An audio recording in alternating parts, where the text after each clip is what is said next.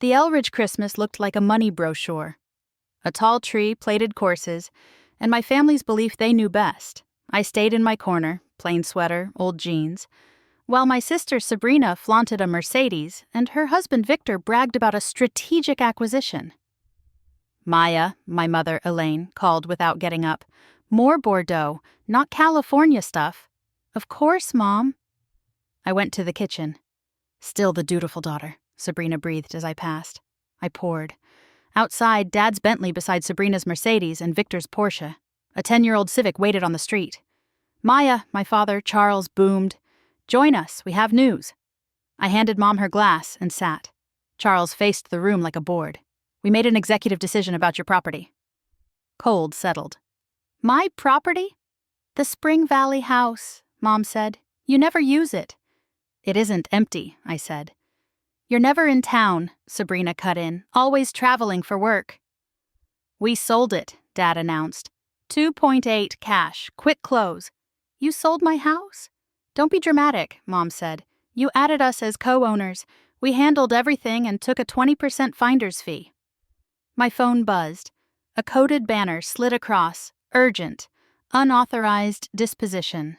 Spring Valley residence. Call Director Rowan, DSS en route.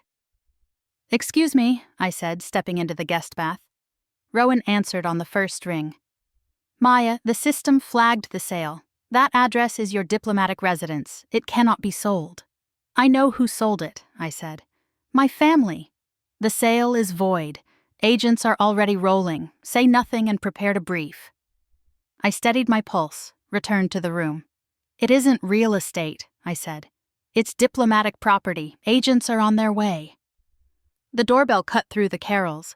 From the window I saw black SUVs take the drive, tree lights mirrored in their glass. Victor went pale. Sabrina set her flute down. I opened the door before Dad could posture. Special Agent Harper, Diplomatic Security Service, the leader said. We need to discuss the transfer of 1149 Willow Crest, Spring Valley. There's a misunderstanding, Dad began. There is, I said. They thought they could sell it. Agents fanned into the room. Harper faced my parents. The property is a designated diplomatic residence. It cannot be conveyed without federal authorization. When did you receive funds? Yesterday, Mom whispered. A cashier's check. We earned a fee. How much? Harper asked. 20%, Dad said. For our work. Mr. Elridge? Mrs. Elridge. We'll need statements, Harper said.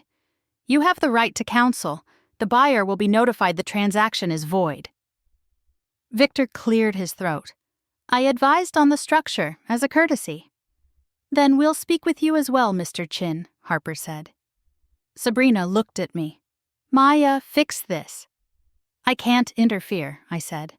And I won't lie. Harper turned to me. Deputy Chief Elridge, we'll need your account and documents related to the co-ownership. My error, I said. I added them years ago for estate planning. I'll provide everything. The room smelled of cinnamon and panic. As the agents guided my parents to the foyer, Mom gripped my wrist. We didn't know. You didn't ask, I said. Outside, the cold stung, sirens unwound to silence. Harper paused. We'll be in touch. I'll be available, I said. Inside, silent night resumed, thin and bright. Sabrina folded her arms. Victor stared at the floor, suddenly very fascinated.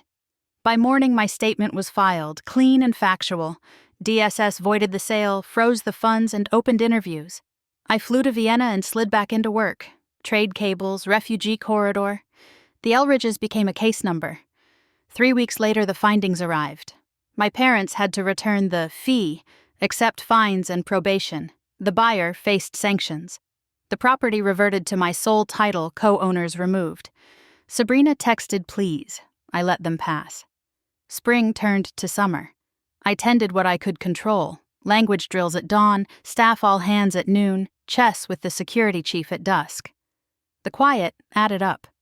When promotion came, Ambassador Byrne, I read the cable twice, then once more, letting disbelief drain into resolve. I saw my parents one afternoon before departure. The house looked unchanged, but they didn't. Less luster, more gravity. "We're sorry," Dad said, voice without armor. "We didn't see you," Mom added. "We saw our idea of you." "I believe you," I said. "And I'm lighter for forgiving you. But I'm not rebuilding what you broke. Not yet." Sabrina hovered by the doorway, mascara smudged. "Can we call sometimes?" "You can write," I said. "I'll answer when I can." On the flight to Switzerland, the cabin hummed like a held breath. I opened my notebook and wrote what mattered. Protect the mission, tell the truth, ask before assuming. Then I added one line for myself. Keep the door unlocked, not open. In Bern, snow sifted the Are like salt on slate. I signed credentials, briefed staff, walked alone past shuttered shops. My phone buzzed. "Rowan. Welcome, Madam Ambassador." I looked out at the river and felt the clean, precise click of a life aligning fully.